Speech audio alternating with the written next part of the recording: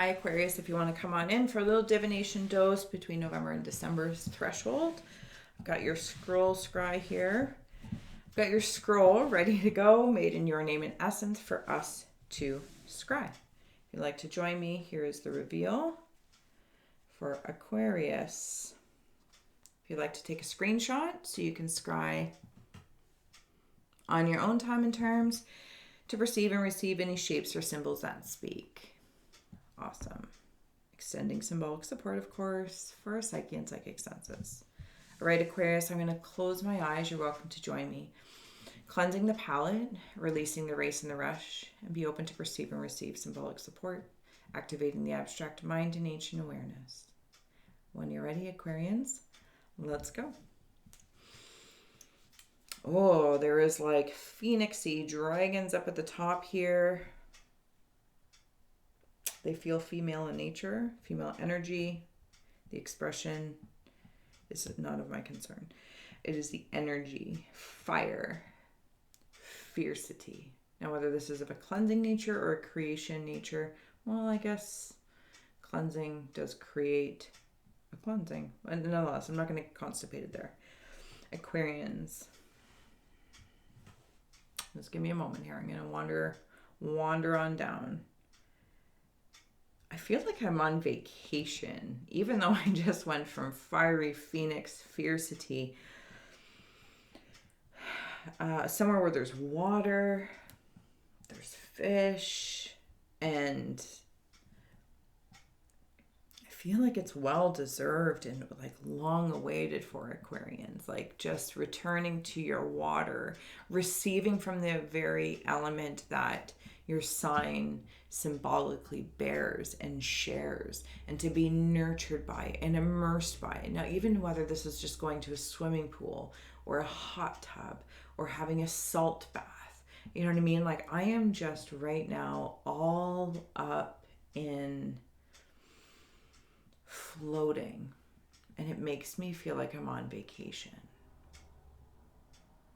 I'm also seeing palm trees, but I could just be imagining them to add to the essence of this Aquarian energy. Like, it all feels very fire and water. Or maybe you're going somewhere for vacation, or perhaps you astral travel that could have like volcanoes and or like canyon like desert space. But there's, even though there's no fire per se, it's almost there in the rust red, and the very grounding nature, the power that is infused in that is felt by you, the water bearer. Just help you relax. I'm seeing like a hammock as well, Aquarians. I'm not sure if you're like in a rest period or preparing to come into a rest period. And I just heard somebody saying, well, I got things to do. I got that. Like, I'm even getting like, no, I got things to do. I got things to do. It's like, yes, you do. Yes, you do. But the frequency of your water to be at closer to the peak versus at the bottom. So just pause for a moment, you know? Take in, even looking at water, right? Just find somewhere where you can look at water, or listening to ocean sounds, falling asleep. Like, I feel, Aquarians, you deserve to be immersed in the very gift that you give others. And maybe that's really a long-winded way of getting to that wisdom.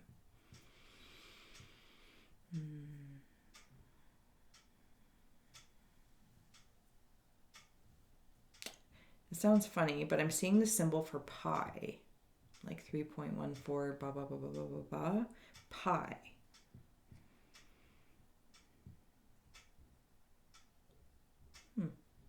That may have meaning for somebody. And I'm also seeing like thin eyebrows and very like, I don't know quite what they are, and I'm trying not to see these eyes up here.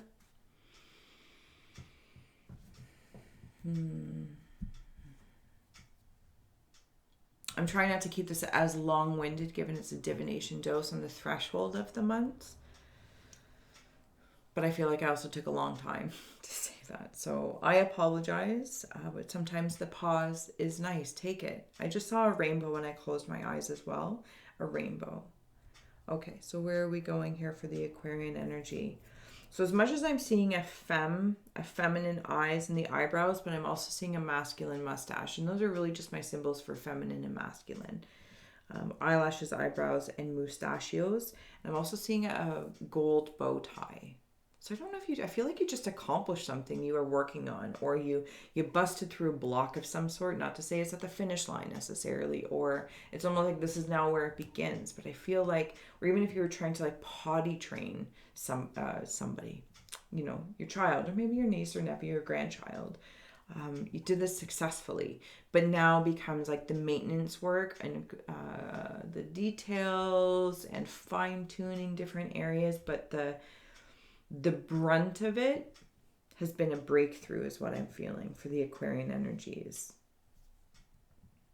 Your light is very, very, very strong. And it's almost like because of this brunt of a breakthrough, there'll be details to, you know, clean up, tidy up, but there'll be ongoing. So if anyone's like, well, no, I don't need to vacation, I can't pause now, they're going to be ongoing in some capacity because you are a cultivator of fine-tuning frequencies. And I see it in water, but that's just the elemental energy of it. It could be in any channel, personal, professional, creative, or corporate, this, that, or the other. So it's like I'm hearing why waiting for the perfect time to have a child. Life will never not be busy enough. Life will never be simple enough. You know, all those things. There's never the perfect time. So take your vacation when it's the best afforded in as many areas as possible. It won't meet them all. And it probably never will because you are a continuous giver. But you need to also receive, right? Be immersed by this very same energy to keep your strength up. Because it's very important what your energy is doing, what your collective energy is doing. Even if it seems like, okay, so I helped, you know, or trained so-and-so potty training, or I trained my dog or my cat. Or maybe you did this massive corporate merger, or you did this personal revolution of aha and healing. Whatever the case may be, it's important. The Aquarian energy is important. Like this mill of observation and giving and receiving. Even if the vacation isn't tangible, just a pause, taking a day off, this, that, or the other. Breathe.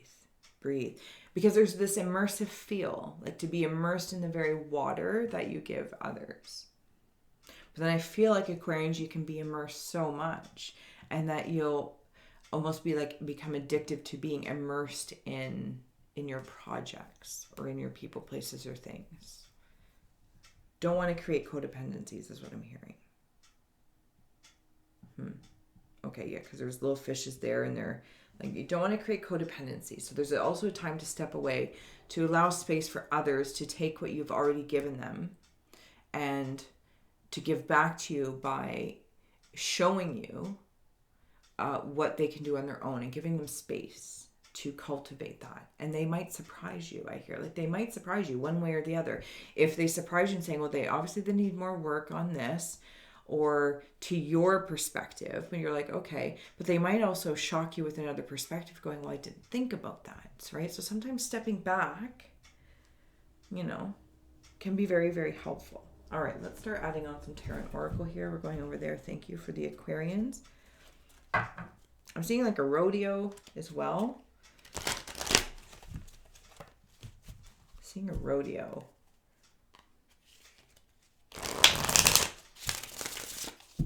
Might also just help you burn off some steam. If immersing yourself in water, complementary in conjunction to something earthly. Something that, you know, I just hear, like, help you blow off some steam. Maybe it is rodeoing, if that's a thing, or like sand, or running in the beach, or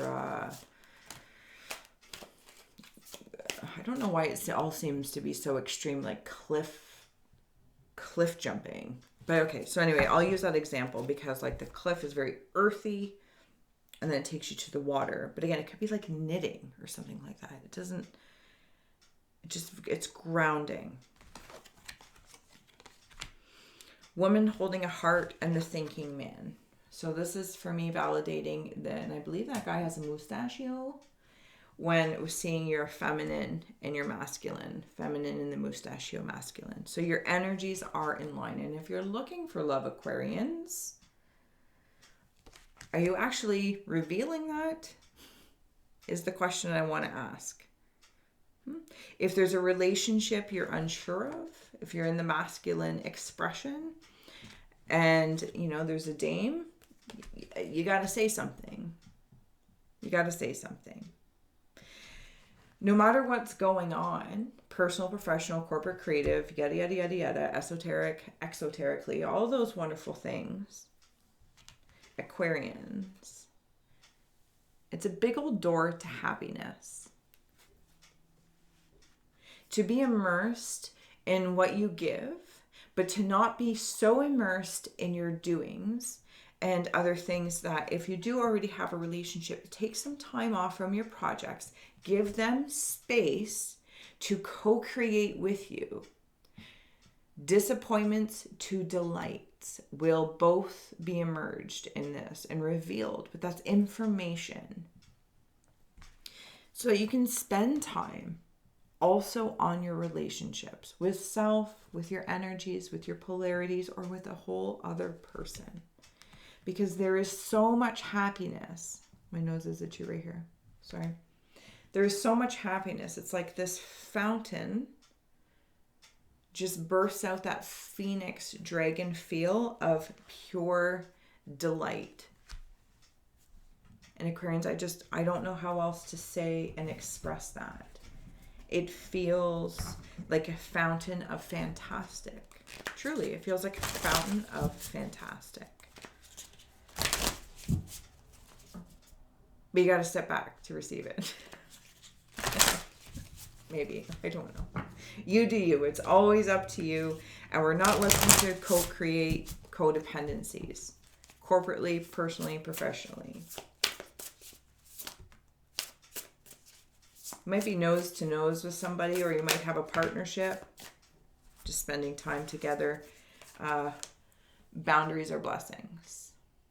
Especially if this is, well, I guess it really does relate personally and professionally in this partnership. Spending time with it, nurturing it, taking a vacation from one project to spend time with it, but also acknowledging that having boundaries personally and professionally, and again, it's that whole feeling of stepping out of them and not beating down the door of other people's boundaries of authority to say, well, you know,